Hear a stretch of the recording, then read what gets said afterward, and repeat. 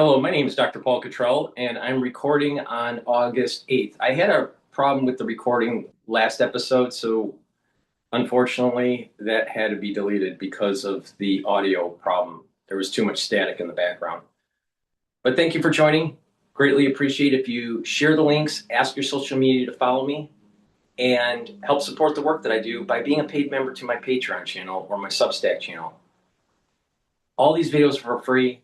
I try to inform the public on how to manage their finances and also help to improve their health and wellness and any scientific discoveries that may be happening or important news that's happening within the biological field. I try to give you my perspective. So please help support the work that I do by being a paid member to my Patreon channel. And again, you can follow me on YouTube, Brighteon, Bitchute, and Rumble, TikTok, GETTR, X, Substack, lots of ways to follow my work. You can also follow me usually in the morning during the weekday live. You can follow me on Rumble, YouTube, and my website, the-studio-reykjavik.com.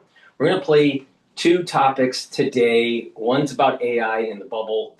The other is the Strait of Hormuz. Now, I'm concerned about the Strait for a few reasons. One, it doesn't seem that we're going to actually overthrow the IRGC or destroy the theocratic regime of Iran. So we're kicking the can down the road for another president down the road to trying to have to solve the problem. We're moving into this curse epoch that starts on 9/11/2026. I've mentioned it multiple times. The reason why the curse starts is that Rosh Hashanah and the Sabbath are going to coincide. The shofar's not blown, can't silence the prosecutor or Satan or Satan. And because of that, the world will have a tumultuous time period. You have to remember the year that October 7th happened was also a year where the Rosh Hashanah and the Sabbath coincided. So when these types of events happen, there's a curse that happens to a group of people, the world at large. And I think that because there's going to be 2 consecutive years of this, so this problem is going to start September 11th, 2026, and not end until around October of 2028. So buckle up. I think there are some problems that are starting to arise. You can kind of see it emerging. Our munitions are depleted. Our inability to solve the problem in Iran. The maritime laws of freedom of navigation are now in question. The war in Europe. What's going on with Putin? Is Putin going to attack a NATO nation? Will that activate the Article 5? Does the United States have enough capacity to be able to do this two-front war? Rumblings are happening in the news that General Kane wants to find an off-ramp with the war in Iran. We're in danger here. That's just in the military. What about with China? Can we really support or defend Taiwan? Probably not. So future wars that are on the horizon, or potential future wars that are on the horizon, we don't have the capacity. Our economic system is starting to look like we may be going to go into a tumultuous time, especially with the overinvestment of AI. And we're over 100% of our GDP in debt. There's rumblings of instability in the yen market, the Japanese yen. Economic turmoil is starting to emerge. Geopolitical turmoil is starting to emerge. With El Nino, with the droughts in some areas and the precipitation in others, you have this potential food crisis that could happen, where the crop yields will not be as plentiful as what they need to be. So agriculture may be affected. Then you're hearing a lot of things that are happening with cyclospora and legionnaires and Ebola and all this stuff that's happening. So there may be a pathogenic emergence that's taking place too. Economic, military, climate, biological problems. These are a series of plagues, very similar to what happened in the Bible. It's not a one-for-one map. It's not going to be a copy paste. It's a rhyme that's happening. History rhymes, doesn't repeat. So I think that we're going into dangerous time periods.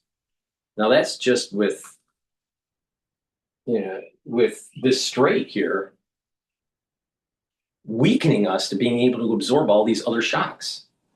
See, too many people are focused on a silo thinking. This is the reason why polymaths are far superior than experts in a particular domain. The polymaths can see the connections between the different silos. These silo thinkers, they are so focused on their particular discipline, they can't see the forest through the trees. And there's an emergent property that's taking place with all of these different silos. Trump has changed things so much that if you look at any individual silo, people would say the United States can weather the storm. But when you look at all of the silos together, there's a compounding effect, and we are going through dangerous times. And because Trump didn't finish the job in Iran, there will be a curse coming on the United States. He has until September 11th, 2026, before sundown, to get the job done, or the curse is coming. That's my whole thesis. And I've been saying this for over a year. So please help support the work that I do by following. Make sure you click the links, subscribe, get the notifications, and help me reach a larger audience, because no one else is talking about this. I am 100% right on this. People need to pay attention here. We are in danger. Okay, with that, please go to my store, the-studio-reykjavik.com, and get the great supplements that I offer to help support the work that I do and to help support your health and wellness. These are supplements that I take regularly to help to slow down the aging process. I'm in my mid-50s. I'm in pretty good shape. And you can also get healthy by following my lead. It's a very simple concept. Keep the free radicals down, keep the inflammation down, boost up your energy levels. Zeolite is a way to detoxify your body, remove heavy metals, toxins, and chemicals. Take 3 small drops underneath your tongue. It will bind to these toxins and allow you to urinate them out within 6 to 8 hours. Very simple. 3 small drops underneath your tongue daily, drink filtered water. And this is the type of zeolite that you can take every day. And C60, you can get it in MCT coconut oil, extra virgin olive oil, and avocado oil. You can get it in a 2 ounce, a 4 ounce, or an 8 ounce configuration. Take a teaspoon a day every day. This is something that I've been doing for over 10 years. What this will do is soak up those free radicals, about 1,000 times more potent than vitamin C. By soaking up those free radicals, you're going to help with your immune system, your endocrine system, help with your cardiovascular system, help with brain function. Your organ systems will perform better. Now, with C60, it's going to soak up those free radicals at the cellular level and in the extracellular matrix. The mitochondria will be healthier. There's less stress in the tissue and in the cell.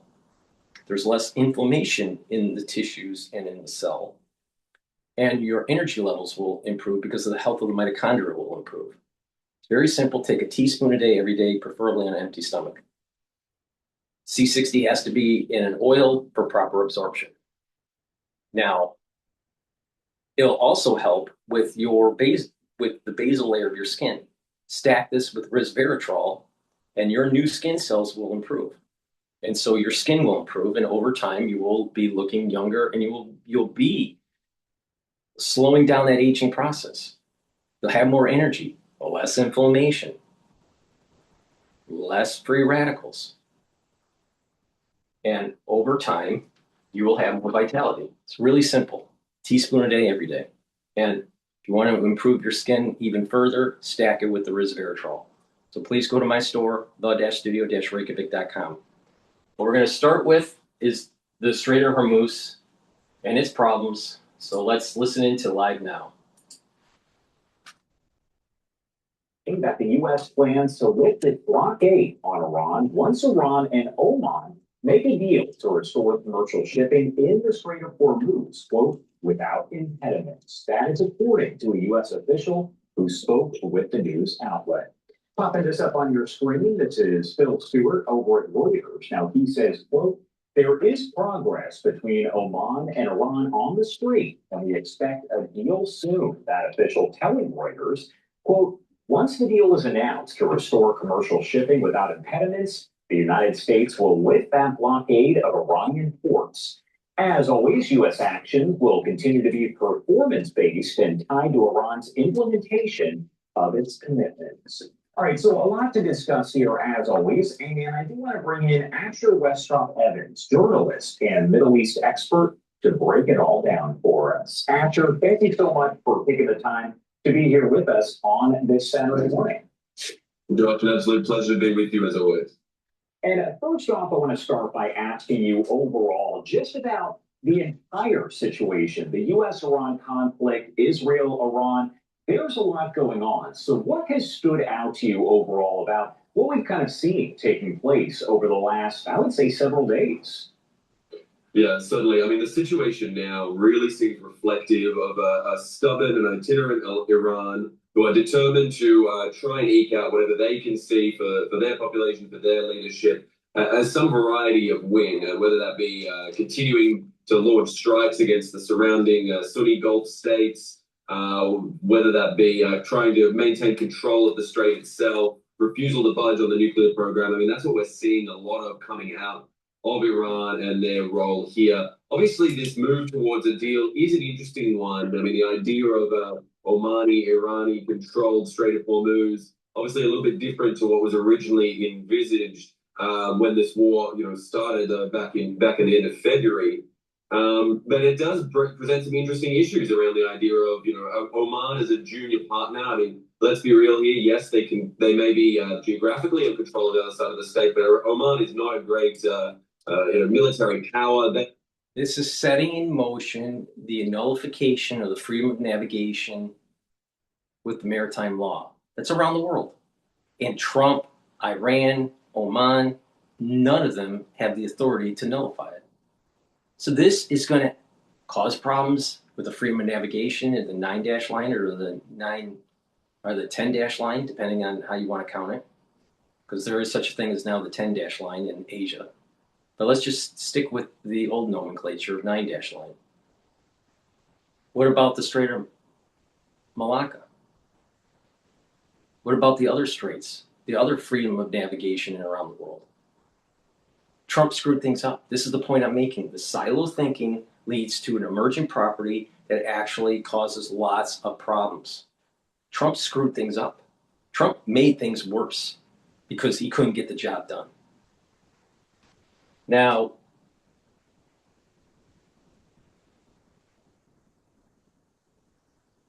it sets in motion that they're going to go, well, we're just going to start charging tolls, or we're going to charge a service fee, or whatever.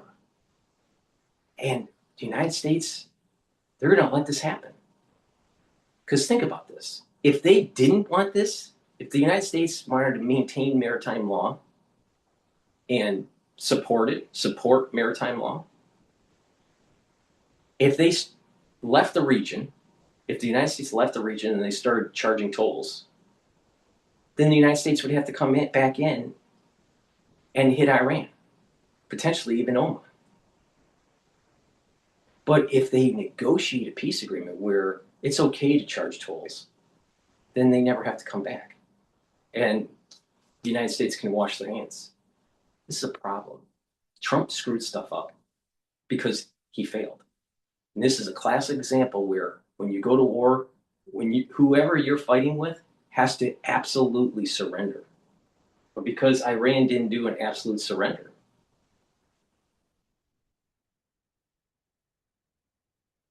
Trump failed.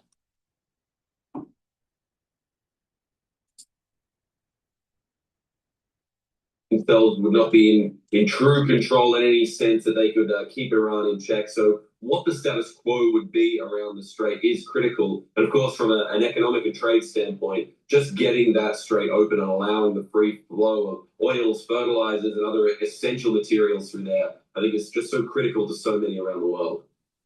I want to pop this up on your screen because we've been taking a lot of different looks at the reporting from Iran International English, and they actually posted this a short time ago, saying that Iran's Islamic Revolutionary Guard Corps, the IRGC, of course, said in a statement carried by Iranian official media on Friday that foreign media acknowledged President Donald Trump's quote-unquote defeat in the war against Iran, crediting what it called the efforts of, quote, revolutionary media for the outcome. World media acknowledging Washington's failure to defeat the Islamic Republic are clearly speaking of Trump's defeat and self-created trap in the war against Iran, and are even admitting that the agreements reached were nothing more than an American surrender document in the face of realities on the ground and Iran's negotiating power. Again, that is a statement from the IRGC. So I have to ask you, because we know what's going on there over in the region, what is Iran essentially trying to do with their state media here as they essentially put forth this false narrative that they have won this war? It's as simple as trying to find the off-ramp. We have depleted our munitions. We can't continue the war any further, or it seriously hampers us dealing with another crisis around the world. And the only way to save face is to allow them to do the tolls so we never have to come back to the region. Because if we force the issue and there's no tolls, but we leave the region and then they start to institute the tolls, are we going to move our Navy back in? No. And then the president will look weak, or a future president will look weak, depending on when they start to issue the tolls. Trump screwed up royally here, but so did the Pentagon. The Pentagon screwed up because we don't have enough munitions. We should have never been in this situation where we had such a low level of munitions ever, either in a peaceful time or even in wartime, ever. And that being able to make the munitions should have been much quicker. We should have had higher capacity to fill orders. So the Pentagon failed. Their war planning, their defense planning failed. The Pentagon failed, the generals failed, and Trump failed. And instead, there's so many people out there, especially on the conservative side, they go, oh, everything's fine, everything's fine. No, everything's not fine.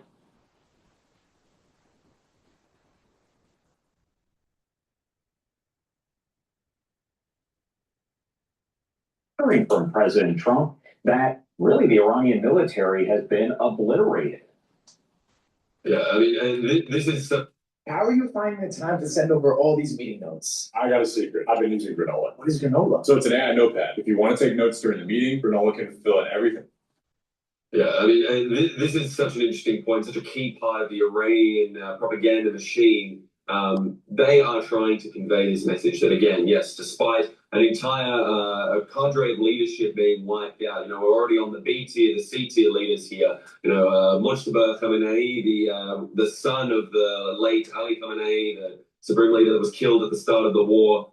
He is reportedly in critical condition himself, hasn't been seen in public since he was appointed to his role as supreme leader to replace his father. This is a regime that is attempting to do whatever it can to convey a sense of power and control. And we do have to be fair that here at some point they have refused to capitulate in its entirety. They are still at the negotiating table, and as far as they're concerned, and as far as the IRGC concerned, other top clerics, other top leaders throughout Iran, them simply still being at the table is their standard for victory. So we're playing against two very different standards here. When it comes to the US and the Western world and the rest of the world, the standard is military success or defeat. And in that question, there's no dispute that the US, Israel have really won the military field battle. But for Iran, their leadership simply continuing to survive in some form. I mean, again, whether it be the B tier, C tier teams that we're talking about here, as other leadership was wiped out, but continuing to survive in some form is a marker of victory. And that's the sort of propaganda that they're trying to put forward to exude strength, to exude control, despite the realities on the ground. Yeah, and there's a lot of questions, as you mentioned, about Mashtaba Hamidi, whether or not he's severely injured, if he's even alive, and also if he's in Iran, because so many different reports have been circulating that say that he fled Iran a long time ago. So again, so many questions about who is actually in charge there in Iran. And what I want to do before we talk a little bit more about that, down on the bottom hand of your screen, I'm not sure, Asher, if you can see this, but we always reach out to our viewers. We want to know here live in real time your thoughts if you're watching us at home, work, wherever you're watching us from. The question that we're posing is, what would be the biggest sign of progress between the U.S. and Iran? And the answer is here: direct U.S.-Iran talks, the Strait of Hormuz fully reopening, a lasting ceasefire, so this would be in the distance, or some kind of nuclear agreement. Now, right now, 100% saying nuclear agreement, but we've only had a handful of votes because we just popped this up. Now, if you do want to vote, scan that QR code on the bottom right-hand side of your screen, or go to livenowfox.com/connect to cast your vote and hit the Vote Now tab if it doesn't take you there automatically. All you have to do is hit a button quickly, and you'll see those results are coming in real time. Where do you kind of stand on that? Again, direct U.S.-Iran talks, the Hormuz fully opening, lasting ceasefire, or a nuclear agreement? I do really think, Josh, when it comes to seeing, a marker of success in that regard, I do tend to agree with your early voters there that I think the nuclear agreement is really the marker of taking this to the next level. Of course, getting the Strait of Hormuz is critical for world trade, for keeping commerce flowing, and for ensuring that Iran understands that while they may be hold a key geographic area, that they aren't in control and able to shut down the world's oil supply. Something we're already seeing, a lot of infrastructure being built to go around the Strait of Hormuz in the future. But I really do think that when it comes down to it, the nuclear deal is really going to be the game changer here. Let's not forget, when this war started, that was the key stated goal, and as far as publicly stated, we need to make sure that a nuclear-armed Iran cannot be on the table. Nuclear-armed Iran and maintain maritime law. Why do we assume that it's mutually exclusive? This is insane. People are so idiotic with their silo thinking. This is what I mean about the silo thinking. Please go to my store, the-studio-reykjavik.com. Get the digestive enzyme complex. If you're 40 years of age or older, take this. This is really important to reduce the load on your pancreas. They'll help you to digest your carbohydrates, proteins, and lipids. You'll be able to absorb your nutrients better, and it has bromelain. And bromelain helps to break up proteins, but bromelain also helps to break up clots. Super important. Good night formula. Good night formula will allow you to get into 3 to 5 cycles of REM sleep and deep sleep so you consolidate memory, detoxify your central nervous system, and you'll be well rested. By taking Good Night formula, you're going to be slowing down the aging process, and your brain function will improve. It has tryptophan, melatonin, GABA, and passion flower. So take Good Night formula every night. Magnesium and zinc boosts up that immune system, but it also helps with brain function. A lot of people aren't taking enough magnesium, so take my advice, take the magnesium. Magnesium also increases the efficacy of vitamin D3. Ashwagandha root controls your blood glucose levels and your cortisol levels. Turmeric soaks up free radicals and brings down inflammation. Lignans helps the immune system, the endocrine system, brings down inflammation and soaks up free radicals. You can take them separately, but I highly recommend that you take them together. They're synergistic. And by doing this, you're going to slow down the aging process. It's one of my key pillars for my anti-aging protocol. The lignans, the ashwagandha root, and the turmeric. They'll help to boost up that immune system, help with your endocrine system, help with your cardiovascular system, and help with your brain function. Please go to my store, the-studio-reykjavik.com. Use discount 5, you get $5 off. Click the link in the video here. It's the-studio-reykjavik.com. Get the great supplements that I offer. These are supplements that I take every day to slow down the aging process. They're very high quality and it works. You just follow my lead, you will get healthy. If you follow my lead during the trading sessions, Monday through Friday, you'll also make some money.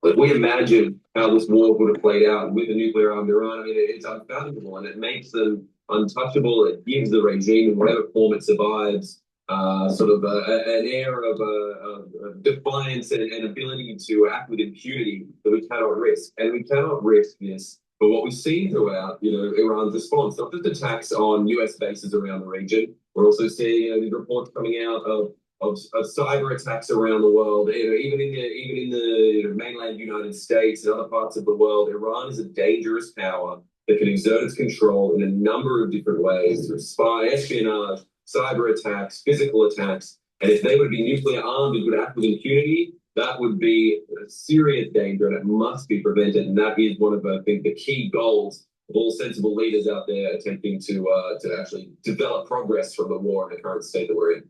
And let's talk a little bit about Israel in general. There on the bottom of your screen, you can see a live look over Tel Aviv at this hour. And where does everything stand with the Iran-backed Hezbollah terror group? Because there is kind of that agreement that's in place, but we're also seeing activity, because a ceasefire doesn't necessarily mean that the fighting stops altogether. You still have kind of a back and forth. So where do things stand right now between Israel and Hezbollah?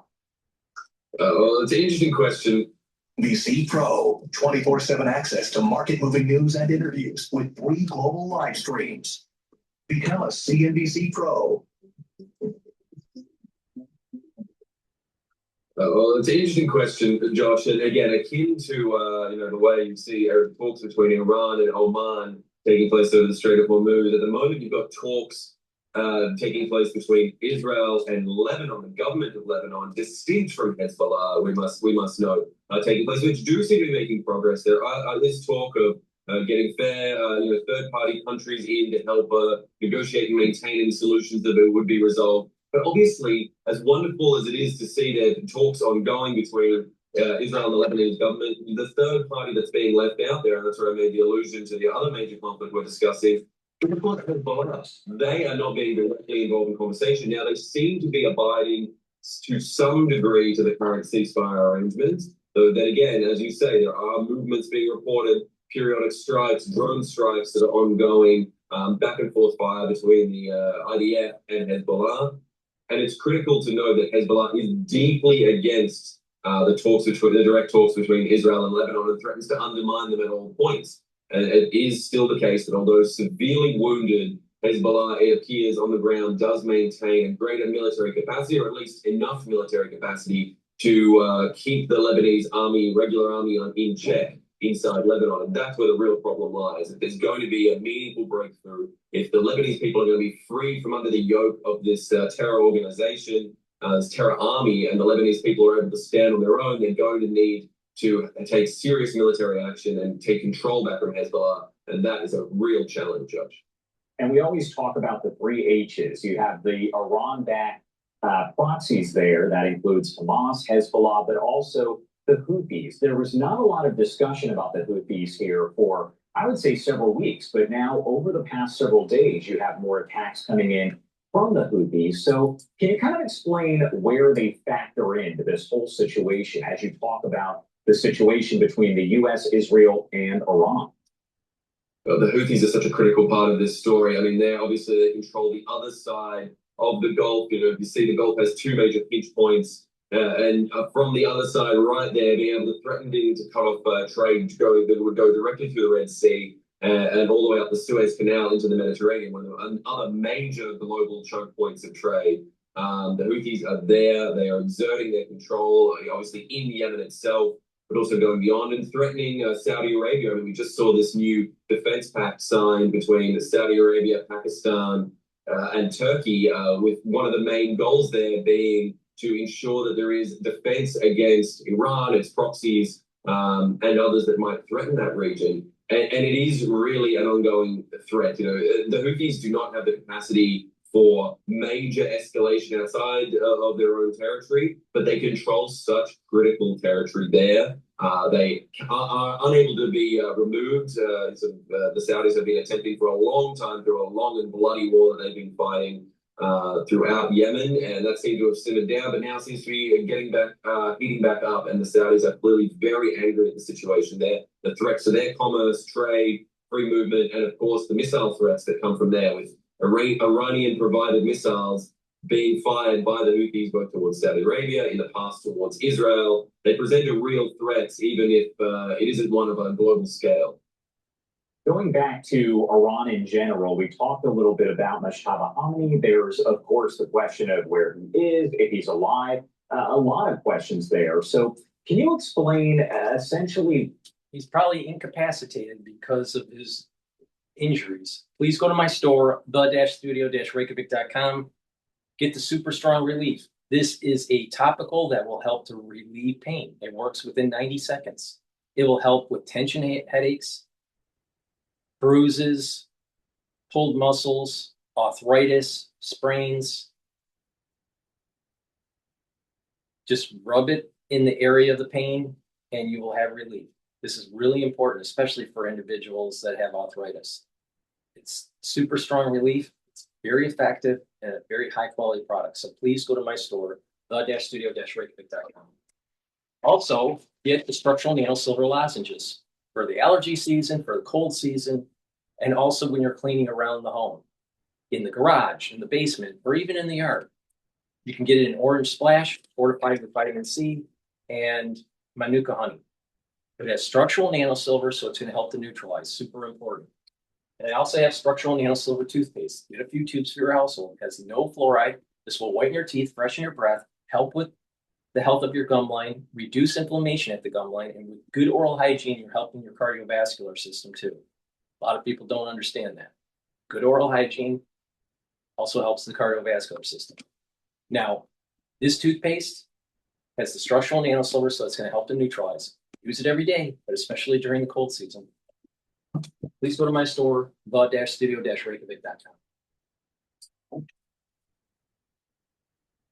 It's probably telling how the Iranian people feel, as they're not actually seeing the supreme leader and haven't seen him since that strike that killed his father. I mean, it is staggering. I tried every type of ED medication, Viagra or Sildenafil, and Cialis or Tadalafil. I know this works for some people, but I did not get reliable results. 4 out of 10. I mean, it is staggering at this point that there is still the pretense that this man is in some capacity in charge. I mean, we've all heard of puppet governments, but when you can't even bring the puppet out on front of camera because of the state he's in, it does really question, what's the long game being played here. But it seems that the IRGC, who it seems by all accounts or reports are the ones really pulling the strings there and really in power, want to try and maintain some semblance of continuity. Obviously, the legacy of his father, Ali Khamenei, is so strong that just the name, the family name itself, carries that weight. Even if you physically don't have the man himself with the capacity to come on camera, on screen, to make direct statements, and his own is speaking through written statements, supposedly from him. I mean, as you say, Josh, the reports of the state he's in, some are saying he's in a critical medical condition. Others are saying he's not even in the country, that he's elsewhere getting medical treatment, having escaped.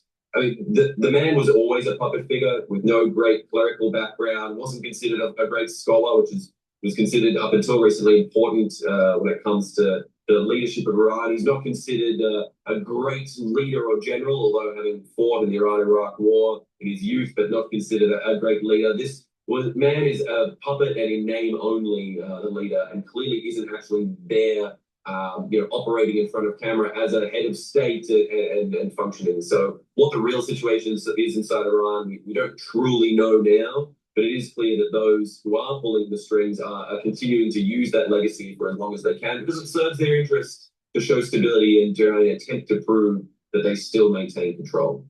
And it's interesting because essentially, as we mentioned, we haven't seen him. All of the statements that have been put out by him, or at least essentially attributed to him, have not been read by him. They have been read by the voice of a news anchor of some kind in that location. So, yeah, a lot of questions about whether or not he's even alive, severely injured. We've heard from the U.S. Department of Defense, also known as the Department of War, that he's hideously disfigured. So many different theories that are floating around. One thing I also want to talk about that a lot of people haven't necessarily focused on, that is the protest and the protesters that are being executed there publicly in front of people. What message is the IRGC, the Islamic regime, what are they trying to send to prevent more protests from taking place like we saw back in January?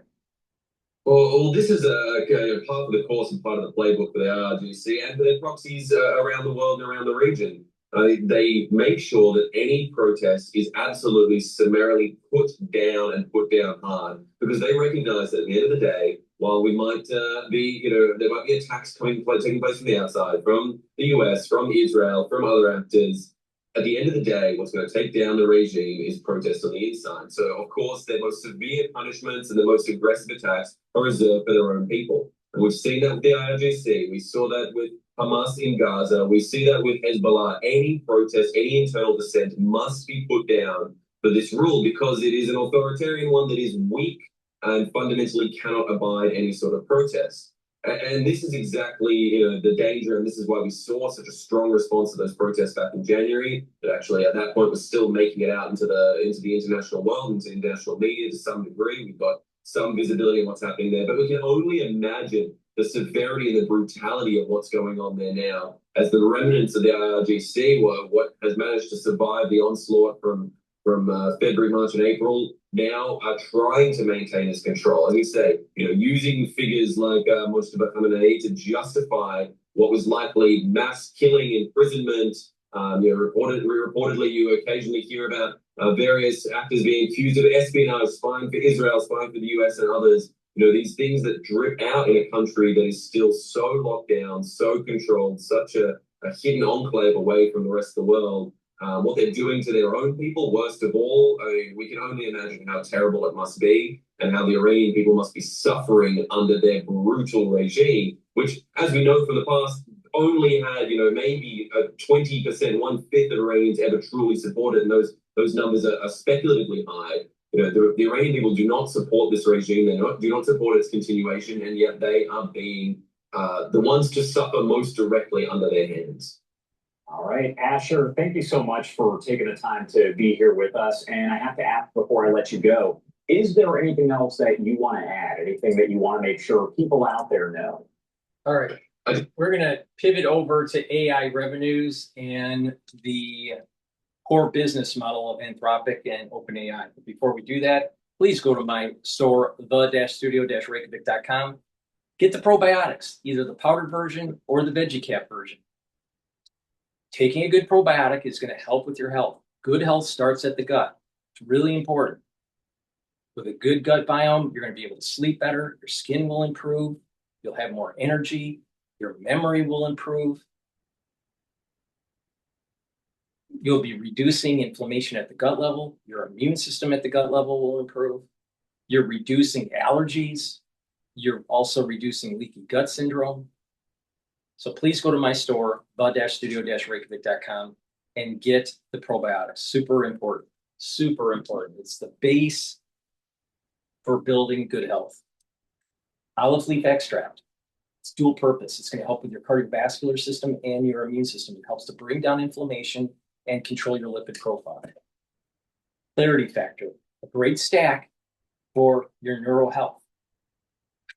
Brain function will improve. You're going to be able to get rid of that brain fog. You're going to be able to concentrate on tasks. And over time, you're going to have that positive neuroplasticity where your dendritic connections will improve. You're going to strengthen those neural connections. You're going to be thinking faster and have better memory. Take the clarity factor every day. Super important. And if you've been paying attention to me, it's a holistic approach. Taking the proper supplementation, drinking filtered water, staying away from processed foods, exercising appropriately, balancing exercises, stretching exercises, more resistance training than cardio, about a 60-40 split, 70-30 split, something like that. Learning new things, getting proper sleep. When you do this on a regular basis, this holistic approach will allow you to help slow down the aging process and reduce the methylation of your genes. You'll have more energy, you'll have less inflammation, you'll have a better immune system and endocrine system. And when you do this regularly, you're going to have compound effects that provides you longevity and vitality in your later years. So you're not so dependent on pharmacopoeia. So please take my advice, go to my store and get the great supplements that I use every day. It obviously is working. So please go to my store, the-studio-reykjavik.com. All right. Ed Zitron, he is the go-to guy when it comes to the business models of the AI companies and the AI bubble. So it's really important to pay attention to what he has to say. But in a nutshell, it's basically revenues are less than expenses, and there's been too much of a build out of these servers to do these calculations, and the chips have a shelf life. So the replacement costs are also going to be a problem. So let's begin. Oh, before we do that, I also want to mention that the S&P 500 is closed at about 7,740, 50, somewhere in there, as of this recording. Be careful as we move towards 8,000. I have a year-end target of 7,800, year-end target for this year. So it could go to 8,000 and come back down. I put about 7% in cash and kind of waiting. Now there's going to be a resistance level at 7,800. It might break it, but as it moves farther up, I'm more concerned of the bursting of the AI bubble, and the drawdown will be more severe. Support levels are at 7,200, 7,000, and also 6,800. And as those, depending on how violent the sell-off is, those are key points to actually redeploy cash to get a better dollar cost average. So that's the thinking here. Now, if it goes to like 8,000 really quickly, then I probably would put another 5% in cash or cash equivalents. But don't close your whole equity account. Go around, at this moment, about 5% or so, 7%. If it keeps on going up, maybe go to 10%. And as it continues to go up, you might want to take a little bit more cash, put a little bit more cash on the sideline, because I believe that the AI bubble is going to happen. The bursting of this bubble is going to happen. And I've been paying attention to SSG, which is a shorting ETF of the semiconductors. Because when this does happen, and when it becomes violent, NVIDIA is going to sell off hard. And it's going to, right now it's trading at, the last I looked, it was trading at 222, but I think that was Thursday. I don't know what it was trading at on Friday. But around in the 200s. It's very possible when this bursts that NVIDIA is trading at 150, maybe even 125. All right, with that, let's continue. So 70 to 75% of AI revenues of Google, Amazon, and Microsoft, and 7% of Microsoft's annual revenue total is from OpenAI. That is end of day stuff. Put aside how we all feel about AI for a second. You spent $1 trillion, you're going to spend $1 trillion or more next year. Why?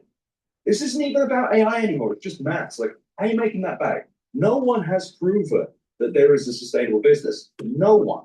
We've not even proven there is a diverse customer base for compute. In fact, the only two companies that want to buy a lot are Anthropic and OpenAI, who can only buy it if they're given the money to buy it from the people that they're buying it. So AI revenues of these two companies. There is no AI industry.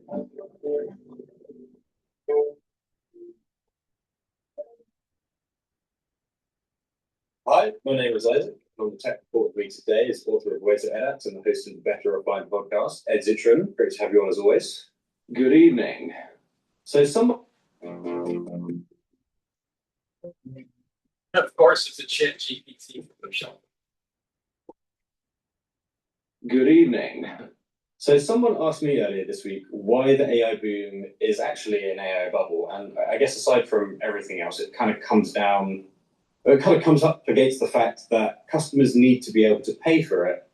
And that price needs to be big enough that it justifies the trillions of dollars that are being spent on AI.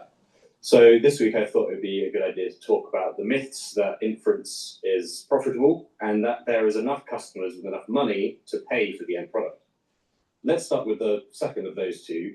Goldman Sachs estimates that around $5.3 trillion will be spent on AI in data centers by 2030.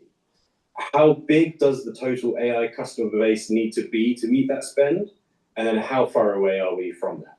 So, all right, if they're saying 5.3 trillion, I'm going to guess because Goldman does this kind of nonsense, I'm going to guess they mean CapEx, like semiconductor sales plus revenue. So the answer is we're going to need at least $1 trillion in annual revenue from the companies themselves, including compute spend. Because I think there's about 323 gigawatts in planning, works out to about 250 gigawatts worth of compute, basically $2 or $3 trillion of annual compute revenue. So yeah, we have about, outside of OpenAI and Anthropic, a couple $2 billion of demand. So what I'm saying is we need like 100 times more, maybe more than that. And people think I'm being sarcastic when I say this stuff, but when you remove Anthropic and OpenAI, the AI industry is very, very, very small. We're talking a couple $1 billion worth of compute spend, and it's mostly just Jane Street funneling money to CoreWeave, which it invested in, and hedge fund traders pretending they use algorithms to make things better when in fact that they're just trying to pump these bags. I don't think people realize how far reality is from what they're promising. And I think that at some point it's just going to become so obvious and so suddenly obvious that they're going to look back and genuinely wonder whether they got hit in the head every time they read the news. So something that you said just before we started recording was maybe one of the most consequential things that you have found so far is that OpenAI and Anthropic make up just shy of kind of 3/4 of all hyperscale AI revenue. And a great deal of that revenue is obviously coming from the hyperscalers themselves through OpenAI and Anthropic. How much of an illusion is the demand for AI, especially for those who would obviously point to OpenAI's 1 billion plus active users? So I try and avoid being alarmist, but I get called it regardless, even though I'm just reading stuff. But so 70 to 75% of AI revenues of Google, Amazon, and Microsoft, and 7% of Microsoft's annual revenue total is from OpenAI. That is end of day stuff. And people are going to say, oh, well, they'll grow into it. It's not a toddler, it's a hyperscaler. So let's start really simple. 70% of Microsoft's AI revenue is from OpenAI, probably more. Let's just be really clear. That means that Satya Nadella has failed. Because it means that despite all of this noise, despite over $260 billion in CapEx, despite all of these big promises, the only real customers for AI compute at scale are two unsustainable AI labs. And if anyone was going to find out whether that wasn't the case, it was Microsoft. So think of it like this. They have tens of thousands of salespeople. They have the largest sales operation in software and infrastructure. They have, I think, the largest GPU infrastructure, maybe behind AWS, but I think they actually have more. They are the apex predator of software sales. And 70% of their AI revenue, and this is what Bloomberg said. I went and I found a bunch of analyst letters that ratified this 24 hours before Bloomberg. Half what shot. But just being clear, 70% after 4 years means that the demand isn't there. It means that the only real demand for all that compute infrastructure is OpenAI. It means that outside of OpenAI, the only other option is Anthropic. And outside of Anthropic, there is no one. It means that Microsoft 365 Copilot, despite them saying, oh, we've got 30 million people paying for it a month, is a single-digit billion business. And it means the other businesses, Foundry, where they rent, and by the way, they rent out OpenAI's models on there, so most of that revenue is from OpenAI as well. Any other, I mean, they have like 200 different co-pilots. It means that there is basically no revenue otherwise. And this is not something that changes over time, because think of it like this. Right now, the argument could be, well, the capacity isn't built, so the demand will just flow into it. You would see that represented in the remaining performance obligations, and you'd see it represented in big chunks. Because if you had millions of smaller customers who are lining up, they really wouldn't, they would have a gestalt that was much larger, but also you wouldn't make hundreds of billions of dollars from a bunch of small customers. This isn't Spotify. This isn't Netflix. You would have customers spending billions of dollars each on AI. Now, across these analyst letters for Google and Amazon as well, I found the same pattern. This is the craziest thing. UBS, Stephen Jew over there at UBS had an analyst note from June that said that 48% of the 2027 revenue of the entirety of Google Cloud, so not just AI revenue, was from Anthropic and OpenAI. That is, again, a disaster, because it's not just that AI failed. It's not just that AI does not have diverse demand. And people are going to squeal about this and say, oh, you're being a doomer. No, it's not that. It's also that the future revenue estimates and expectations set by analysts are contingent on the continued growth and spend of OpenAI and Anthropic. So it's not just, oh, the demand isn't there. It's that the future of these companies, the only way they will keep growing and meeting analyst estimates or expectations is if Anthropic and OpenAI keep growing and keep spending so much on compute. I think across the analysts I found, so Stephen Jew over at UBS and Ross Sandler at Barclays, the estimate for 2026 and 2027 was $124 billion just from those two companies, just on Google Cloud. So that's on top of, what, another 14, 15 billion on Amazon Web Services, if not more. Actually, no, it's 24 billion from Anthropic and 8 billion. Point is, we're looking at least $172 billion worth of compute spend from these two companies who cannot afford it, so the money's going to have to come from someone. So what I'm saying is, this is the future of hyperscalers. This is their future. And their future is one where growth is clearly slowing elsewhere, and where 7% of Microsoft's entire revenue comes from a customer that Microsoft itself has to pay. That Microsoft, well, they haven't invested in a while, but nevertheless, they have to build out the infrastructure. So the answer is, they've wasted the capex for short-term growth. They have shown a few years where they'll keep growing a bit, but eventually the air escapes the bubble and the money disappears. And it's really a question of when venture capital runs out of money. I guess the question that you had an idea. It started yesterday. What was it? Right. Claude remembered it. I guess the question that comes up in my head with all of, I mean, there's a lot, but will OpenAI and Anthropic actually be kind of allowed to fail? It's not it's too big to fail, but if the hyperscalers are so balanced on top of these companies, is it more that they kind of can't let them collapse? Or I guess, is it more that they can't stop them from collapsing as kind of, unless an AI turns into something out of Star Trek? I actually brought up the numbers in front of me because I think this is illustrative. So UBS estimates that Anthropic will spend what looks like 50 to... So OpenAI and Anthropic will spend over $70 billion in 2028.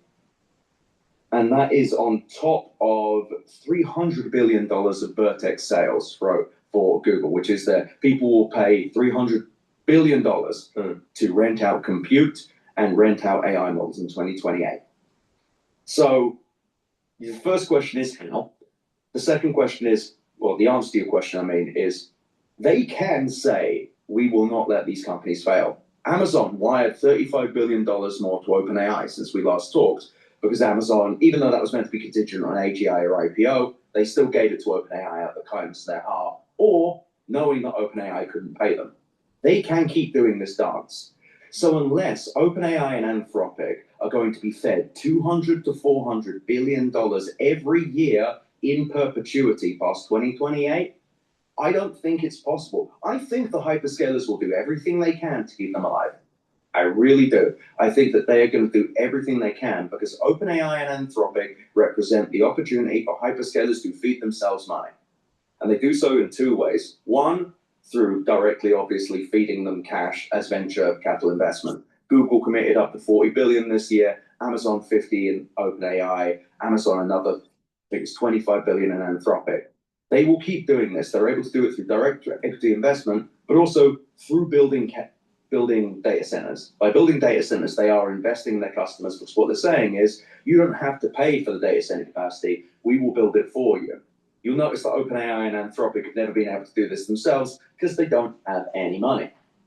So I think, putting aside too big to fail, I don't think people realize how difficult that is. They say, oh, Trump, everything's bad. I don't want to think too hard. Trump's going to bail out everyone I'm scared of because I don't want to think about weird things. Here's the thing. Unless we are going to connect the Federal Reserve to AI, which we are not going to do, and anyone who says we are going to do that is completely just, they are so dead. They're just so dead inside doomer-wise that they can't think rationally.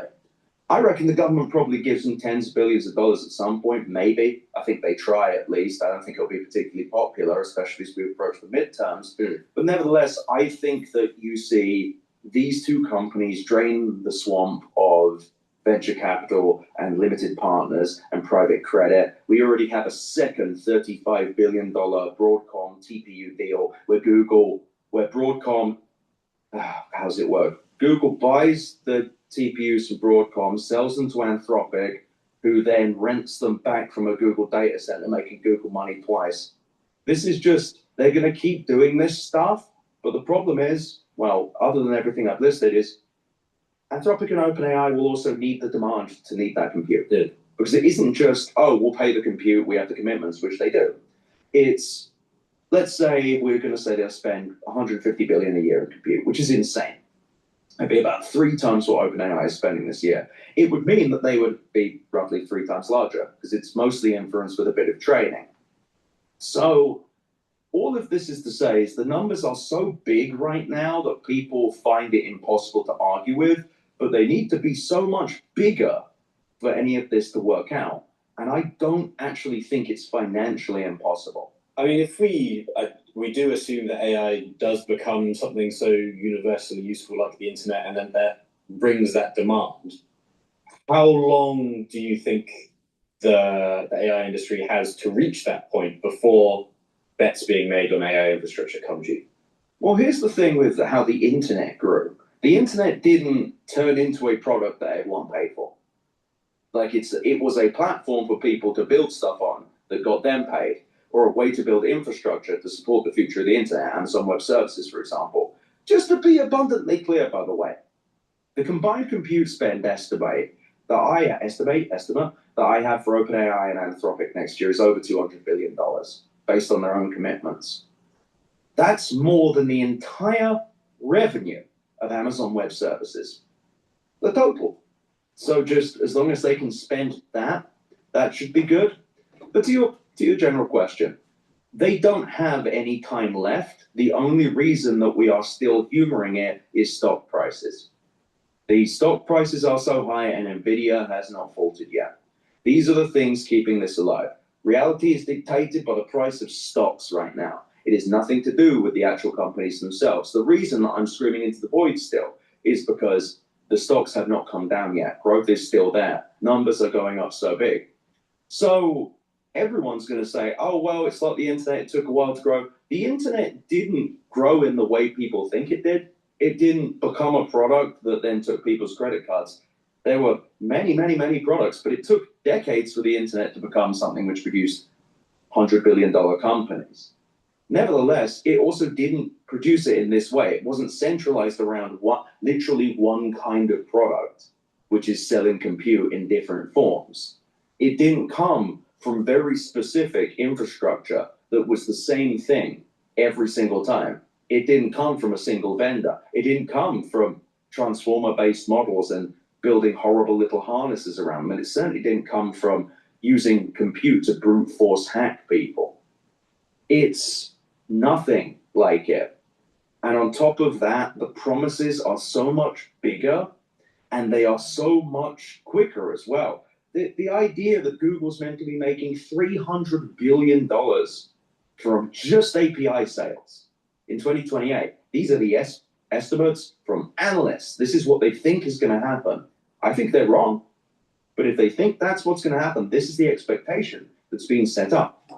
We're $1 trillion or more into this. We don't have proof of anything. And the 70% story is so very bad. It's so bad because it's a sign that they built this all for nothing. Because if the idea of a great business is that you've got a ton of diverse customers that can all afford your services, then this is the antithesis of good business. This is entirely hype driven. I can go into more detail about why, but yeah. The one thing that just I always come back to on the demand side of things is that even if you assume that there is the demand, where is the money to pay for it? There's not enough money in the customers' pockets to pay back the amount that would justify the capex. Yeah. Or am I wrong? No, you're right. It's just, this is actually the silliest part of it all. There's actually a very obvious thing. It's been there forever, which is you spent $1 trillion, spent $1 trillion on these things. Put aside how we all feel about AI for a second. You spent $1 trillion, you're going to spend $1 trillion or more next year. Why? Need help moving and unpacking? You could ask your cousin who she hired last year. What movers did you... Sorry, are you still moving? Or just use Thumbtack. Why? Just why did you do that? What can you give shareholders? They're not doing more. They're doing the same amounts of buybacks. They slightly increase their dividend by 7-10% every year. Otherwise, what are we looking at? $30-40 billion of revenue. The estimate I saw from I think it was Wells Fargo, Michael Sheeran over at Wells Fargo, is that by the end of 2027, the entire Microsoft 365 Copilot thing will be about $10 billion annual revenue. That sounds like a lot. It isn't. It isn't. It's a third of the size of, I think, the quarterly revenue of Intelligent Cloud. So just a third of a quarter of a year's revenue from a segment. So just piss poor. But then there's the other thing of, let's say it was $50 billion a year. Great. You spent $1 trillion. Well, in Microsoft's case, $260 billion. Okay, you make $50 billion a year, but you're spending $300 billion. How do we work this one out? And the answer is we don't. There's not actually any working this out anymore. Some people will say, oh, they'll be kind, and they'll say, well, what they were doing was they were gambling on whether they could make AGI, right? Right. But if I rename my business Grinch Hunter and raised $100 billion to hunt Grinches, but never proven the Grinch existed, would you say I was an idiot? Probably. Even if I found guys who were kind of green-skinned, even if I found hairy gentlemen, I'm like, look, there's evidence of Grinches everywhere. You'd think I was an idiot. Even if I somehow made $10 billion hunting these Grinches, I'd spend $1 trillion. What are you doing, Ed? You spent $1 trillion to hunt the Grinch. This sounds very silly, but it is way too close to what's actually happening. No one has proven that there is a sustainable business. No one. The only customers, so let's just take away the AI business for a second. We've not even proven there is a diverse customer base for compute. In fact, the only two companies that want to buy a lot are Anthropic and OpenAI, who can only buy it if they're given the money to buy it from the people that they're buying it from. They can't afford to buy. The customers of the business cannot afford to buy from the business. And when you remove the subsidized customers, there's no one else. There's not even the demand. There's not even a company that's like, I wish I could afford this, but I need money to afford it. Nobody can even think up. No one could even imagine how to spend that much other than Elon Musk. Elon Musk continues to do that, except no, he already sold his capacity. Or Mark Zuckerberg, no, already sold his, he's planning to sell his capacity. You also notice that Mark Zuckerberg, the only story that's leaked about Mark Zuckerberg renting compute to anyone is Anthropic. Why do you think that is? Why do you think it is? Why do you think it is every time someone stands up a new neocloud, it only sells to Microsoft, Meta, Google, Amazon, Anthropic, or OpenAI? Is it because there's only two real customers? I think that's the case. And what's crazy is this is considered fringe finance. This is considered wacko finance. Like, oh, Look at this crazy person suggesting we built all this AI data set capacity for no one. All useful compute will be used, Ed. No proof. None. Look at CoreWeave, look at Iron, look at Nebius. These companies are doing single-digit billion businesses from the same customers. And it's just, when this all ends, we're going to need like a financial colonic to work out how this system got so blocked up. And because you ask, where's the money going to come from? It's going to exhaust the system to get there. It's going to be the network of limited partners who fund private credit and the limited partners who fund venture capital. We often talk about the imbalance between how much people and companies are willing to pay for AI compared to how much it costs to run, obviously. Before we get to the real demand of AI, please go to my store, the-studio-reykjavik.com. Get the omega-3. Omega-3 helps with your cardiovascular health. It brings down inflammation. It helps you control your lipid profile. It also helps to reduce the overclotting of the red blood cells. If you're 40 years of age or older, get the vitamin B complex. This will rev up your metabolism, help to protect your neurons through vitamin B12. And the first 4 B vitamins within this complex helps the electron transport chain, so you have more ATP, so you have more energy. Vitamin D3 helps with cardiovascular helps with the immune system, helps with bone density. Super important to take every day. Take it with magnesium for higher efficacy. And the structural nanosilver gels, you can get it in the tube form or in the quick dispenser called Renew. Either one will work for you. Now, it's dual purpose. You put it on a cut, it'll help to heal the cut quicker. You can use it as a daily skincare. And for the cold season and the allergy seasons, put it on your hands and lightly coat your nostrils. It'll stay active for 5.5 hours. So please go to my store, the-studio-reykjavik.com, and get the great supplements that I have and get healthy.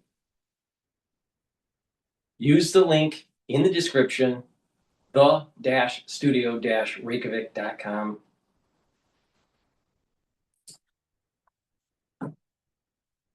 Very good reason to talk about it. But how prevalent is the misunderstanding that generative AI scales like a typical software would instead of getting more expensive the more you use it? I mean, Canva just had this problem. After a huge new order was placed, we switched to AT&T Business Internet to keep up with the demand. We even brought on an intern to help. How are we looking? You keep coming out upside down. Wow. I'm learning so much from you. I can't help but feel like I owe everyone something. What about the people that owe me? Just send a Zelle request in the Chase mobile app. I mean, Canva just had this problem. The information and story about Canva saying, yeah, before when we had a bunch of free customers, they basically cost us nothing. But now we have free customers with AI, they cost us way more than our regular customers. And it's like, people still to this day will say, Yevon's paradox. Yevon's paradox. Yevon's paradox is when the cost comes down and people use it more. Well, the cost has to come down. That's the first part. Other than OpenAI's 80% discount, which was it was the price cuts we discussed a month ago. It's just what they did when they was terrified of DeepSeek, because DeepSeek's doing an even cheaper model that they're raising prices now. And so it's just the misconception I think most people have is based on the assumption that hyperscalers wouldn't be so stupid. Because really this whole era is a result of everybody believing in the wealthy and the powerful and believing that they can never do anything wrong. So think of it like this. From the outside looking in, if you look at 4 of the largest companies in the world and you see they're all spending 100, 200 billion a year on AI GPUs, what are you going to do? You're going to go, I got to do that too. I got to do that. Because look, they're the biggest companies, they're the biggest, most hugest, they have the biggest muscles I've ever seen. If I do what they do, I will be rich too. And because these companies have just been lying, they've just been lying, being like, oh, AI is boosting everything. I won't tell you what it's boosting, but the numbers inside I'm seeing will blow your socks off. Because of that, and because we have a brainwashed media, captured analysts, because we have people that don't push back, the outside world said, crap, I got to buy NVIDIA GPUs. If I don't do this, I'm going to fall behind. Because look, the largest, wealthiest companies in the world spent all this money.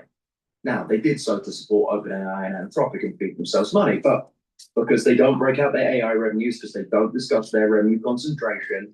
Everyone thought they're doing this because there's demand. There's demand at scale. They wouldn't do this unless they had that. And the answer is they would. The answer is they do it. The answer is they've done it. Even if they stop today, this is a catastrophe. Even if they halted all further capex to do with AI, this would still be a catastrophic waste. Because right now, their businesses are what, like Microsoft, I think, Bloomberg worked out as like $34–35 billion of annual revenue for AI in fiscal year 2026. That is $4 billion more than Anthropic raised in February. It is $31 billion less than Anthropic raised in June, I think. And it is it's around a quarter of what OpenAI raised in March, some of which was from Microsoft. It is pennies compared to $34–35 billion. That's $20 billion less than Amazon spent on CapEx in the last quarter. I think it's around what Microsoft spent on CapEx in this quarter. Like, it's just, we can compare numbers all day, but the answer is you are not filling this hole up with $34 billion of annual revenue. That should get these people fired. It is fireable. $260 billion, what you got for it? I have a business smaller than YouTube. And that's every single part of the business combined, and including my large, annoying son, OpenAI, most of that 34 billion is my annoying son, OpenAI. 70% of it, in fact. So not only has Microsoft not created a real business, not only has Microsoft failed, but the fake business they've made, the one that is just them shoving their own money into something, it's pathetically small. It's the size of a single segment in a quarter, except it's annual. Even if they doubled it, even if it was $60 billion a year, it would be a catastrophic waste. And again, getting back to the simplicity of it all, you spend $260 billion, $260 billion, and that's just through the end of fiscal year 2026, by the way. I'm not including the 60-odd billion they did this year already. I'm just saying, Microsoft, $260 billion, and you've created a $30 billion a year business, $35 billion. That's crap. How do you possibly make back the money, especially when you keep spending this much CapEx? How do you make it back? How do you make any of this back? Amazon's spending $220 billion this year. I think Barclays has their AI revenues like 20–30 billion as well. How are you making that back? This isn't even about AI anymore. It's just maths. Like, how are you making that back? Well, they're building the Industrial Revolution. Shut up. How are they making it back? That's the thing. Every argument I have is like, well, what if it works out? Who cares? Stop. Sundar Pichai. Sundar goddamn Pichai. 200 billion, I think they're doing 180, 200 billion in CapEx this year. Where is the money, Sundar? Why do you think all of them are being so squirrely about this? Why do you think they're all like, oh, well, our AI revenues, on the third solstice, the shaman told me that the AI revenues would be larger than my soul. And everyone's like, yeah, that's right. AI is the best thing ever. When you actually look at the hard numbers, it's completely insane. They should be roasted alive for this. They should all be fired. This is a catastrophic failure. And the only reason that people are not... And this is the reason. He's right on the money with this. But if you listen to me and my show that I do every morning, I'm telling you how to manage through the crisis on the way up and on the way down. And I'm telling you how to manage the S&P 500 broad index and how to position yourself with the different tech stocks to start shorting through Tech S and through SOXS and SSG. But if you just pay attention to me, you'll be able to make money on this. The AI bubble is going to happen, and it's going to affect the stock market. And I would not be surprised if we see a 15–20% downdraft. But if you put 10% in cash at the right time on the sidelines, or a third cash on the sidelines at the right time, and once these support levels are triggered, these entry points are triggered, as the market's starting to sell off, you buy in because you have cash on hand. You're doing the Warren Buffett. It's a really simple concept. Just like It's a simple concept to slow down aging. Stop being a pig. Start having a better lifestyle. Take the right supplementation. Stop thinking that you need a physician. Most people don't need physicians. All you need to do is exercise, eat properly, sleep properly, take the right supplementation.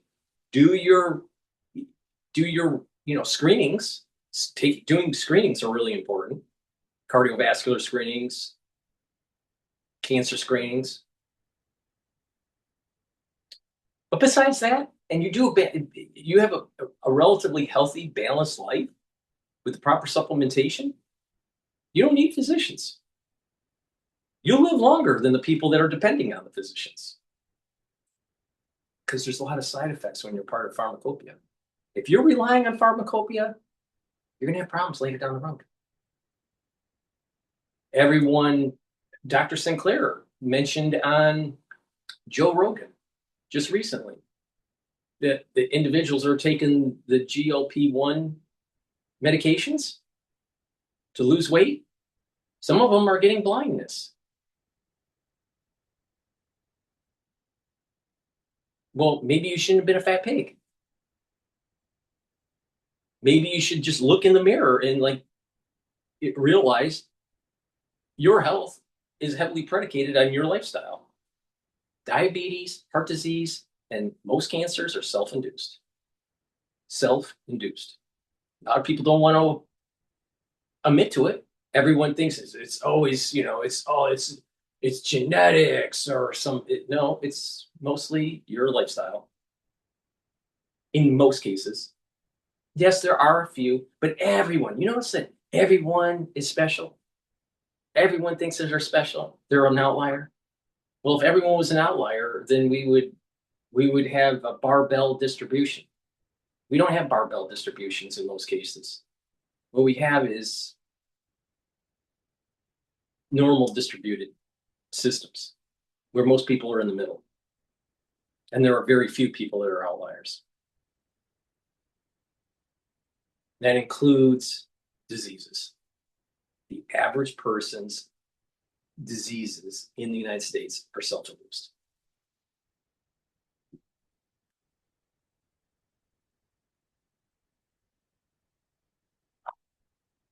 Out. The only reason that people are not genuinely saying this is the greatest misallocation of capital in history is because right now their existing businesses have yet to give up the goose and yet to stop growing. And also those businesses are being puffed up for the compute spend of OpenAI and Anthropic. And eventually something's going to slow down. I think it already has. And the cost is only going up with new models. Like inference is just getting more and more expensive. And is there anything OpenAI or Anthropic can do to make their businesses profitable, I guess is the question? Like, does going hard on efficiency rather than chasing benchmarks work? Or does it go back to what you were saying earlier? Like, it's just a gamble on achieving what you got? I mean, I don't mean this sarcastically, but you have to ask them. Right. Like, that's the thing. I don't mean that as an attack. I just mean like, it's crazy how they never get asked that question. you ever hear Sam Altman or Greg Brockman or Satya Nadella or Dario Wario Amade? Do you think he ever gets asked? No. It was like, Dario, tell me what your favorite ice cream is. But in all seriousness, we have two problems. First of all, I don't think they can make it profitable. I don't think that's possible. I think OpenAI, because there was the eMarketer report that said only $1 billion of ad revenue from all AI ads in 2026 and only $5 billion in 2030. Ads are not going to work. Okay, so you've just got a billion scroungers. You just got this billion people, weekly active users, most of which are free, just draining you, just using you like a cat scratch pad, and there's nothing you can do other than shut it down. But let's say this isn't going to happen. I genuinely think they're unprofitable. Let's say they made affordable inference with like a smidgen of gross margin, like 20% gross margin. Great. Are they going to be able to pay the $750 billion worth of compute commitments OpenAI has made by 2030? No. The answer is no. They actually need to be less efficient, the use of that compute. They either need to have more customers than now, so probably 3-4 times the amount of customers. They need to make enough money to pay for the compute bills, but like let me rephrase this actually.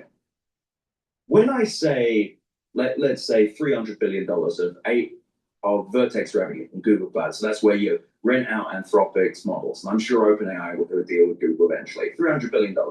That's going to mean that tens of gigawatts of data center capacity are going to need to be online, and then OpenAI and Anthropic are going to need them. That then actually will be the demand to need that much capacity, and then they'll need the money. So no, I don't think they're going to become profitable in inference, but profitability is no longer sufficient for these companies. It's not going to happen. I really don't think it's going to happen. I must be clear, but it is no longer sufficient. They must now grow within the next 4 years to the size of Microsoft. They need to be together. They need to be the size of the Magnificent Seven each. They need to be making $200, $300 billion a year in revenue, and they need to be paying even more than that in compute costs. This is what the stakes are now. These are the promises they've made. Anthropic has 300 billion. OpenAI has 750 billion. I actually think it's more because they've got Cerebras, they've got TerraWolf, they've got Cypher. I mean, they've got the 10 gigawatt project maybe in Ohio with SoftBank. They have so much, they've made so many promises. So it's no longer sufficient for them to just be regular ass companies. They now have to be huge. Let's do a fun scenario. Something amazing happens and OpenAI becomes a profitable company. They make a respectable $50 billion a year. They spend, well, I guess if they're profitable, they would only spend $35 billion on compute. That is not enough for Microsoft to keep growing. It's not enough for Amazon to keep growing. It is not actually enough to satiate the $138 billion 8-year deal they signed with Amazon. It's not enough to deal with the $300 billion 5-year long one they made with Oracle. It's not even enough, I think, to handle the SpaceX one. No, SpaceX is, $1.25 billion a month. They're using that right now. But that's Anthropic. But the point I'm making is they could become more efficient, but more efficient means they're a smaller customer, which means there's less reason to keep them alive. This isn't it. All of this was very obvious 2 years ago. All of this is even more obvious today, which makes people even less willing to listen. Because the 70% number, when I tell people about it, it's the first time this has happened in a long time. Usually I'll post something and people try and roast me for various reasons. They'll find something I said 2 years ago and be like, look, it didn't come exactly true. The soothsayer I speak to every week was correct. You're a fool. But they very rarely just go, shut up. Or you're an idiot. Or they use slurs. That's the other thing. They have this time. And the reaction has just been like revulsion, like, ugh. What do you mean 70%? Liar, liar, liar. He doesn't believe, he's a non-believer. Run him out of town like Shrek. But what's actually happening is they realize that with 70% of AI revenues are these two companies, there is no AI industry. There is no other open AI. There is no Anthropic. Open source models are not going to fill this gap. Open source models are not going to provide more than a couple $2 billion of annual revenue for someone. Again, who is the provider there? Base 10? Again, is Base 10 profitable? They provide inference. Isn't this opportunity meant to be huge? They provide inference. No, don't know anything about them being profitable. Lightning, another AI data center company. They profitable? Nah, I couldn't possibly say. How about a CoreWeave? Oh, they lose billions of dollars. Oh, how'd that happen? Oh, it's because it isn't profitable. Iron, unprofitable. Nebius, unprofitable. Cypher, unprofitable. TerraWolf, unprofitable. The only way that some of these companies make money is selling Bitcoin that they mine. They literally could have just built more Bitcoin mining and made more money than this. Well, sorry. They wouldn't have made as much revenue. They definitely would have made more profit. But the thing is, the revenue here is just siphoning off of venture capital. The AI industry's revenue is just venture capital having all of its money siphoned out by the hyperscalers, and then that money is siphoned out by NVIDIA. And then that money is siphoned out by Micron and SK Hynix and Samsung. It is a revenue extraction vehicle sold as the future. And the problem is this is the most gratuitous attempt by the rot economy's growth at all cost mindset to push the limits of finance, to see how much money there is that you can extract. And we are going to hit those limits eventually. And once we do, we are going to see something very strange happen. We don't know how far the debt markets can go. We've never tried. We have never pushed them this hard. This is the point I'm saying about the emergence of the curse. and how it will manifest itself in the economy. But before we continue, please go to my store, the-studio-reykjavik.com. Get the heirloom barley. This will help to detoxify your body, bring down inflammation, and soak up free radicals. By doing that, you're slowing down the aging process. You're going to recover quicker after a workout. You're helping your immune system and your endocrine system. Gladiator barley is very similar to heirloom barley, but you get one added benefit, and that is it'll help you to build muscle. So do some resistance training, take the gladiator barley, but you'll also be detoxifying your body, soaking up free radicals through superoxide dismutase, and bringing down inflammation. And Boomer Boost. Boomer Boost has all the vitamins and minerals that you need to help with building that base, to slowing down the aging process, but you get a lot more out of this. It has 68 nutrients. Take a look on my website, what's in this compound. This is a month's supply. Take it every day. And what this will do is help with brain function, cardiovascular health, musculature, energy levels, metabolism, help you to control your weight, help to control your A1C levels. This is something that you should be taking every day as part of your stack, just slowing down the aging process. It's very powerful, and you should be taking it every day. And you will notice the effects when you start taking it within 72 hours. You're going to get the steady burn of energy, and you'll have more desire to do things, and you'll have more vitality. Please go to my store, the-studio-reykjavik.com.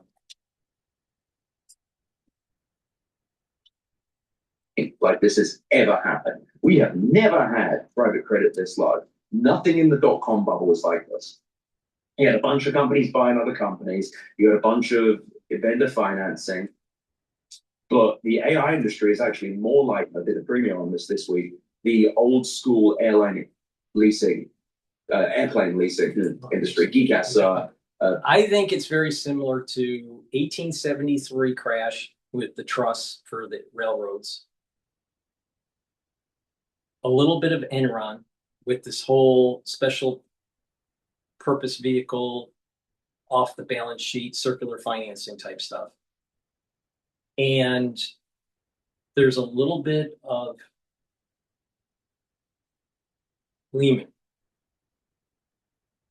where, well, you can pull it, take it off the balance sheet. It's not affecting the main entity directly, and not understanding the contagion of the problem. And there will be this big drawdown in the equities when this all starts to collapse. We've wasted a lot of energy to doing something that we shouldn't have been doing. We've wasted a lot of capital on companies that it doesn't look like they're a going concern. And so because we did this so unproductively, we're seeing inflationary effects. Now, the Federal Reserve hasn't stated it explicitly, but they're concerned about the inflationary problem with AI. One, the bubble that is emerging in the equity market, the bubble that's emerging in the private credit market. And when you start seeing that this starts to affect the equities, and there's not a controlled demolition of this deflation of the bubble, and it's fierce, people will get laid off. And when people get laid off, they won't pay their mortgage. And when they don't pay their mortgage, it's going to affect the banking industry. Now, we're already at more than 100 times our GDP for debt. Where are we going to be able to get the money to bail out another crisis? We're still paying for Lehman crisis. We're still paying for the war after 9/11, the never-ending war in the Middle East, on top of paying for what's going on with Iran. And we're still paying for the crisis that we went through during COVID. What about Lehman?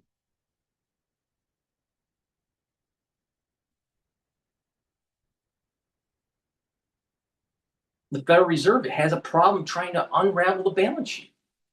Every time they really want to accelerate the unwinding of the balance sheet, Wall Street has tantrums. We can't afford another crisis. It'll affect mainstream America. There's a direct Microsoft, Oracle, OpenAI, all these companies that are investing in this in such veracity is going to affect middle America when it collapses. And so people are not paying attention to the contagion of the situation. Now, what Ed Zitron is saying is right on the money, but he's seeing it in a silo. The AI issue. I'm looking at these multiple silos. These are interconnected. And there's an emergent property taking place in a chaotic system. AI bubble. The munitions are depleted for our military. Military excursions in multiple theaters around the world that we can't really sustain. The over-indebtedness, the inflation problem that the United States has, the infighting that's going on between conservatives and liberals. You have individuals within the DSA that want to destroy the Constitution. These are all happening in concert. And there's going to be an emergent property that takes place that we don't fully appreciate that's really going to affect our country. Ed is doing a great job in terms of focusing on what's going on with AI, but it's beyond that. There's an emergent property that's starting to take place, and this is what I mean by the curse.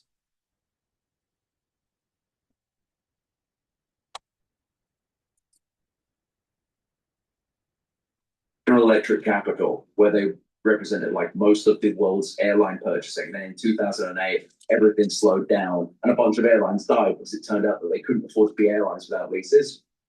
Point I'm making is, even that was very small in comparison. The mistakes. That's why I think it's more like the railroad industry. But it's a combination. It's like the trust of the railroad industry. It's a little bit of the tech bubble.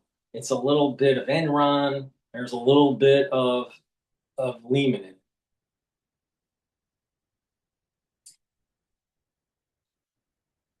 Making big promises. And that's why the failure will be so big. And I think the reason they spent all this capex is because they know growth is otherwise stopping. You did mention ads a second ago, but I don't know, that's a bit of a non-starter as we did cover. Is there anything else that would cover bridge the gap between the inference costs and I guess being a functional business? No, like the thing is, people.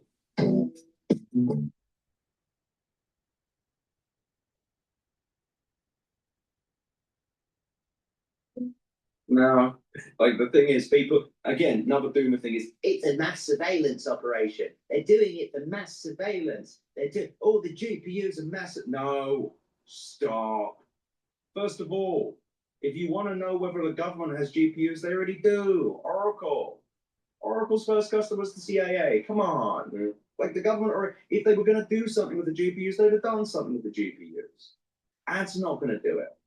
People are saying, well, they'll raise the price. They tried to do that in March and April. The reason they cut prices is because they started charging enterprises the actual cost of AI. And enterprise customers screamed that they were being pecked to death by birds.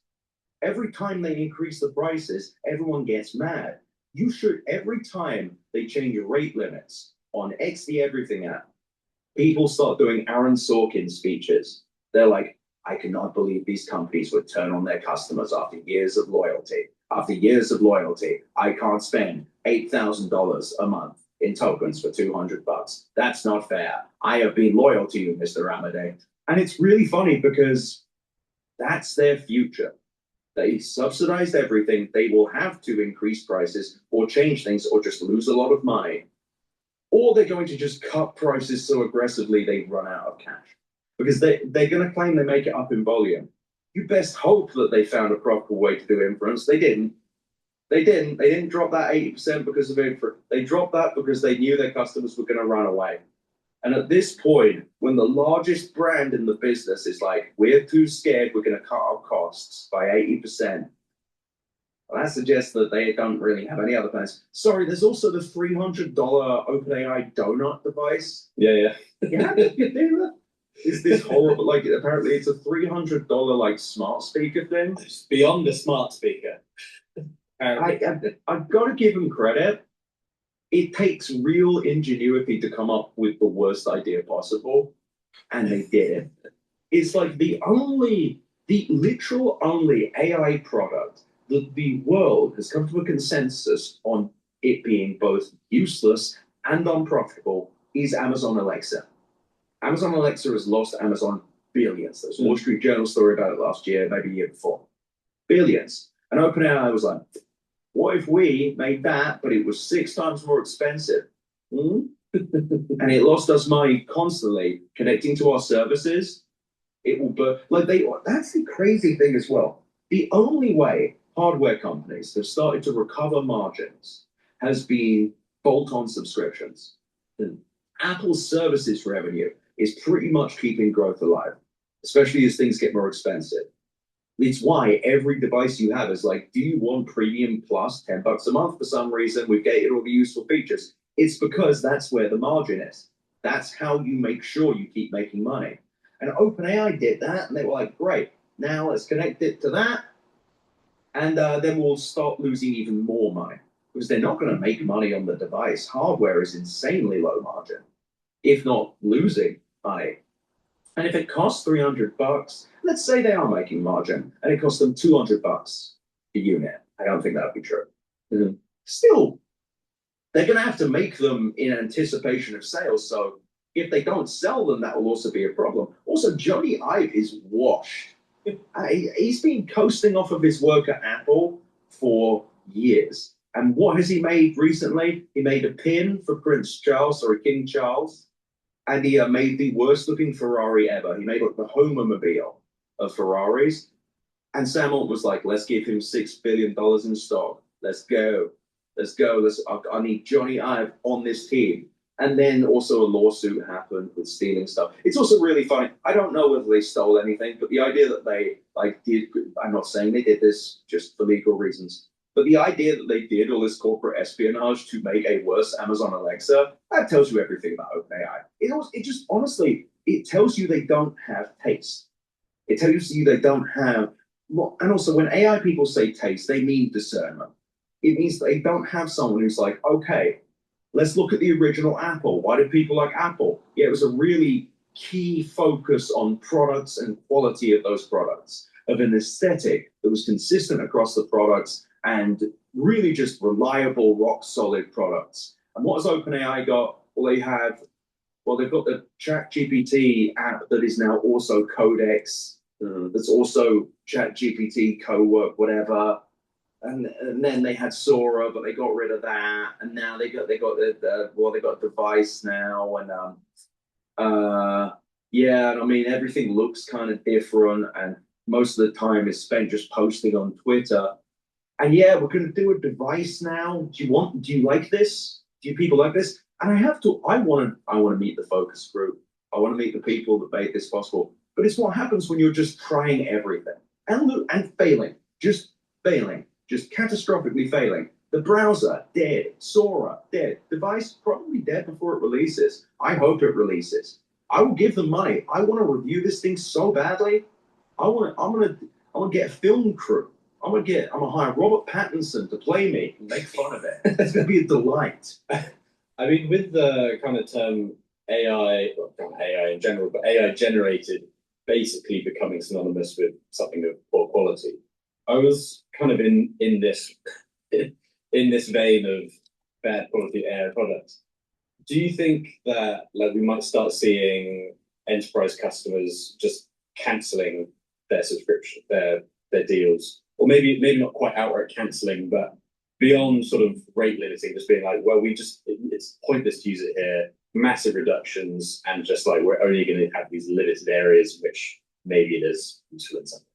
It's already happening. It's already happening internally. I just spoke to someone before coming on this call saying they're a large company, a large auditor, and they have cut Opus models. So just one entire, the main thing from Anthropic, just like, not for me, thanks. I think we are going to see internally at companies token minimizing aggressively. It started small, like 1,500 is still too much a month. It's going to go to 500 and 300. I think we're going to see a pullback there. It might take a few months. And I also think we're going to just see AI products that stop existing on company. I think they're going to start retiring them. What they'll do is they'll be like, well, we're going to bring them back, but we're going to refine them. We're going to refine them for a few millennia. We're just going to take these in the garage, lock the door of the garage and not come back for a while. I think we're going to see a slow rollback. I also think elsewhere we're going to see more AI. I think as this gets more desperate, the desperation will cause people to do insane things. I think OpenAI and Anthropic are going to start making insane. This whole hacking thing is insane. Yeah. But nevertheless, I think enterprises that are AI. OpenAI, Anthropic. I think I saw an article also with Meta about escaping and vulnerabilities of their AI models and all this stuff. It's a show. They're trying to create demand. Oh, you need us to protect you. They're trying to create fear, this manufactured consensus in AI. The reality is that AI bubble is going to happen. Just pay attention, be prepared for it so you can make money instead of being a victim. There were too many victims that I saw during the dot-com bubble days and the Enron fiasco, and also victims from Lehman. Many people lost their life savings because of individuals in the banking industry taking risks that they shouldn't have done and use these financial engineering models and methods to try to reduce their risk, not realizing that they were creating a gigantic systemic risk. So if you pay attention to me, you'll be able to weather the storm. Please go to my store, the-studio-reykjavik.com, and help support the work that I do. All these videos are for free. And I need your help. If you want me to continue doing this stuff, if you want to learn about how to navigate through the tumultuous times that we're going to be going through, you need to help support. And you can do that by purchasing the great products that I offer. Get the collagen. This collagen will help with your skin, your nails, your hair, your musculature, your bone density, and your joints. Really important to take every day. And collagen. Collagen will help to remodel those joints. Block the pain gatekeeper NAV 1.7. Reduce inflammation by blocking EP4. Reduce the erosion of the joint by blocking MMP3 and MMP13. And collagen will help to recruit the components that you need to remodel the cartilage and the cushioning of the joint. So please go to my store, the-studio-reykjavik.com, and get the collagen and stack it with the collagen. You can take them separately, but I highly recommend that you stack them together if you're trying to remodel your joints. Please go to my store, the-studio-reykjavik.com.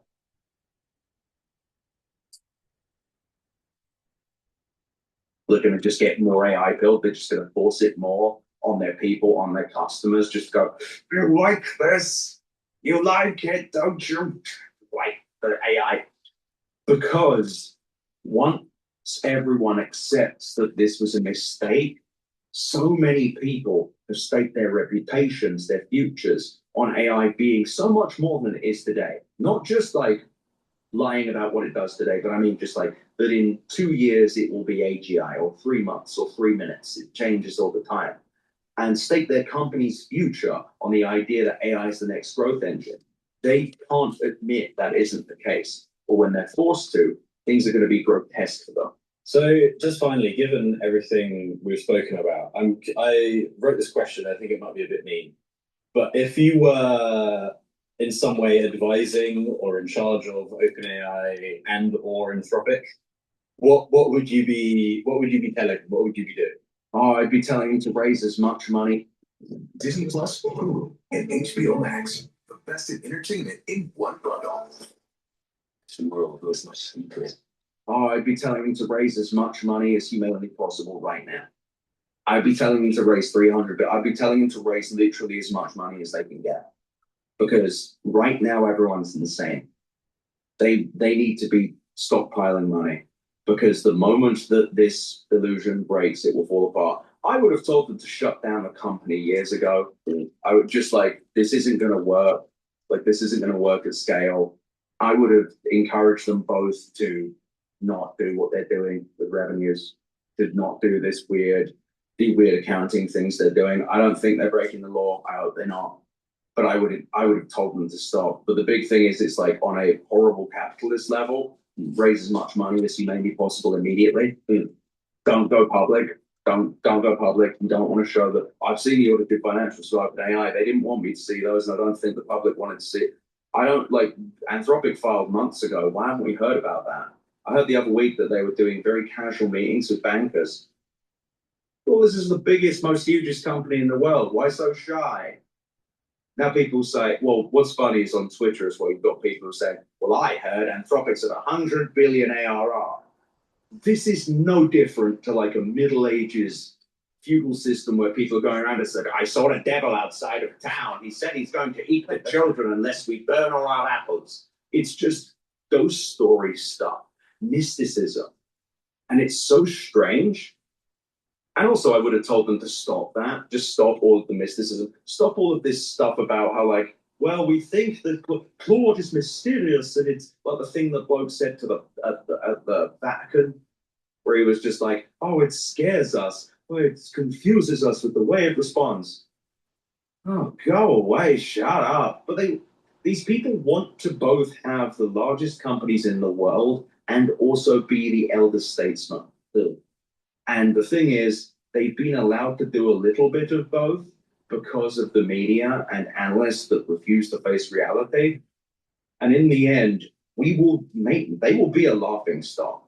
I can't wait. I really cannot wait. Wow. Hey, Zitron, thanks for taking the time.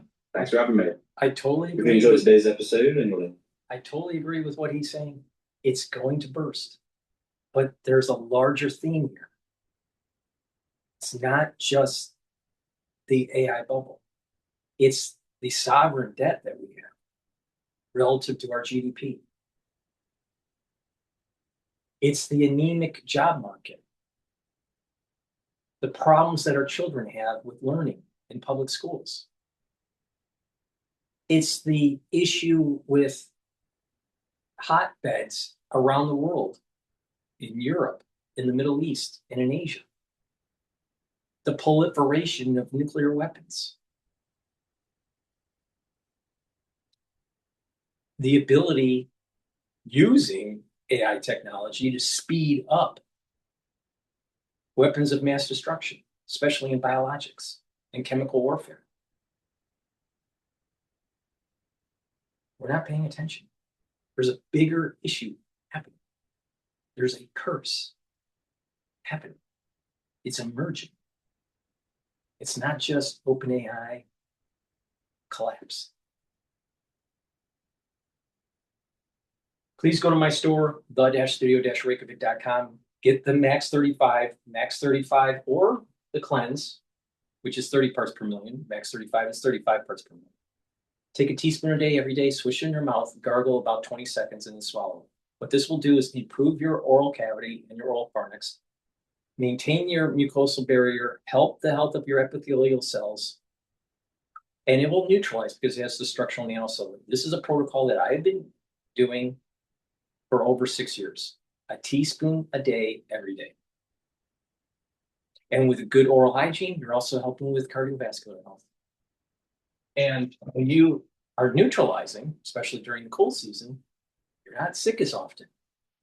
If you look at people that are sick on a regular basis 2 or 3 times a year, they age faster because it takes time to heal the tissues, even if it's something benign like a common cold. But if you reduce the number of times that you are sick, you're actually slowing down the aging process. Please go to my store, the-studio-reykjavik.com. Use discount 5 and you get $5 off. And make sure that you pay attention to my broadcasts.